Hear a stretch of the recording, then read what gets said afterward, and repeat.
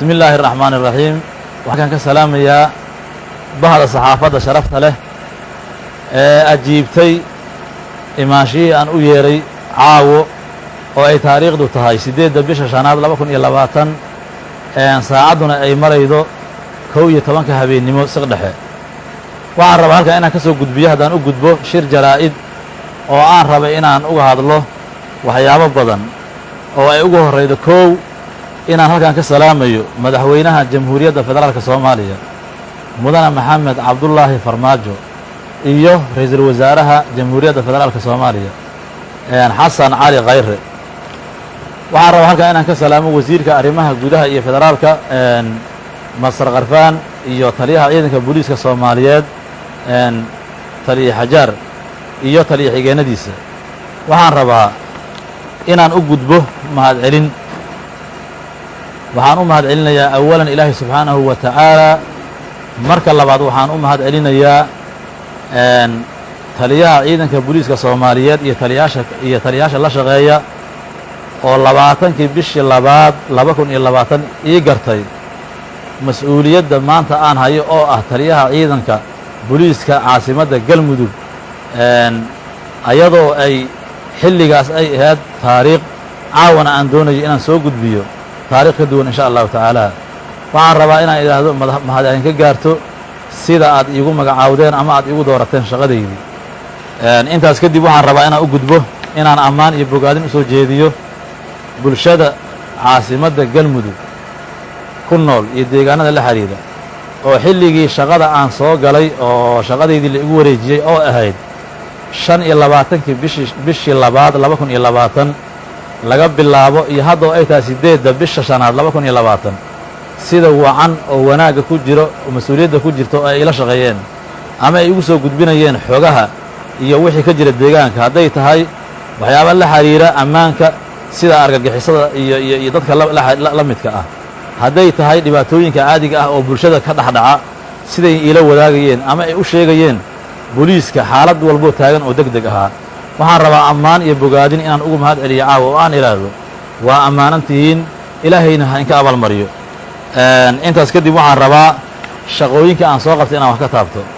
intii aan shaqaynayo waxaan ka soo shaqeeyay arrimaha caadiga ah ee shicibka dacwooyinka hadday tahay arrimihii kale sugidda amniga ee la xiriira baraha koontaroolada iyo wixii soo galaya magaalada iyo wixii ka baxayaba waxyaabaha aan soo qabto waxaa ka mid ahaa kiisas dil ah hadday tahay kiis dila oo ka dhacay reer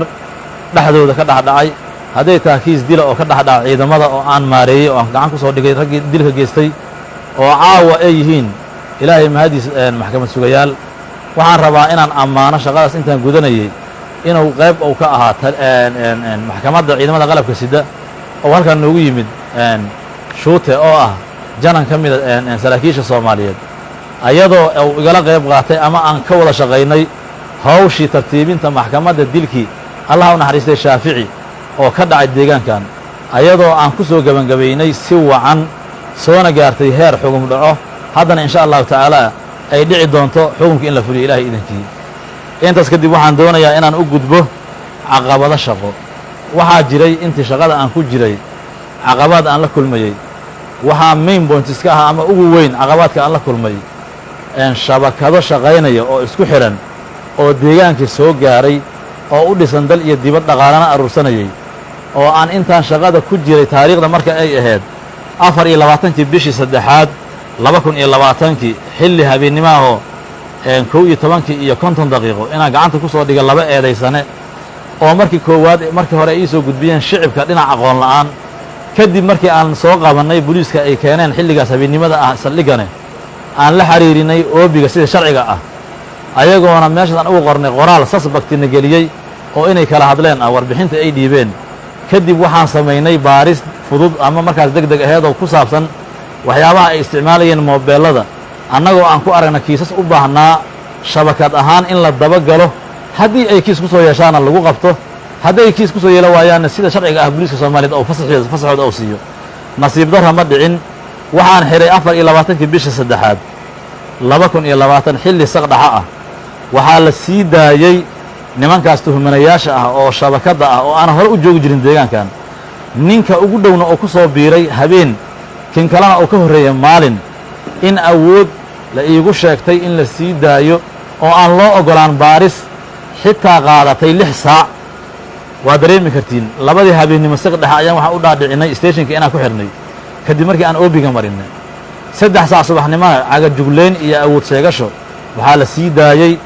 maxaabiistii labada ahaa oo shabakadda dal iyo dibad isugu xiraa waxyaabihii macluumaadka ahaa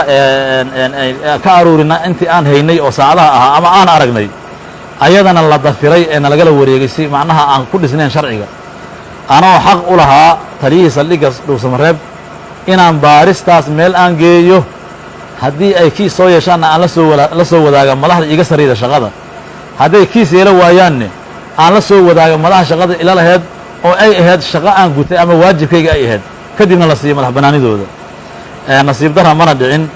waxaa mar labaad soo laabtay dhacdo kale 29 bisha afaraad 2020 waxaa la soo xeray nin dhallinyaro ah oo muqdisho ka yimid oo sida aan warbixinta ku helnay deegaanka iyo meelo ka baxsanba lagu eedaynayo xiriir al-shabaab inuu shaqooyin noocaas u soo aaday caasimadda galmudug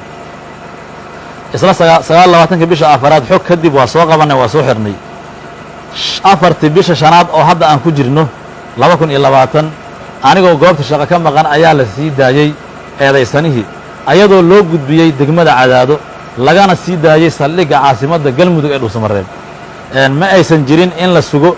in kiiska aan baaraynay ama howlaha u imaada shaqo ahaan xiriirka uu la leeyahay argixisada intaba inaan ka gungaarno oo meel aan gaarsiino waa ayaan darro saldhiggii shaqadiisa aan hayna haddiina lagu aamini waayey inaan baaris ka samayno ama ay si fudud qolyaha macnaha argixisada ay u helayaan xogta dabaca ama habaca ka jira dhinaca shaqada ee la xiriira ammaanka lambar 6 go'aan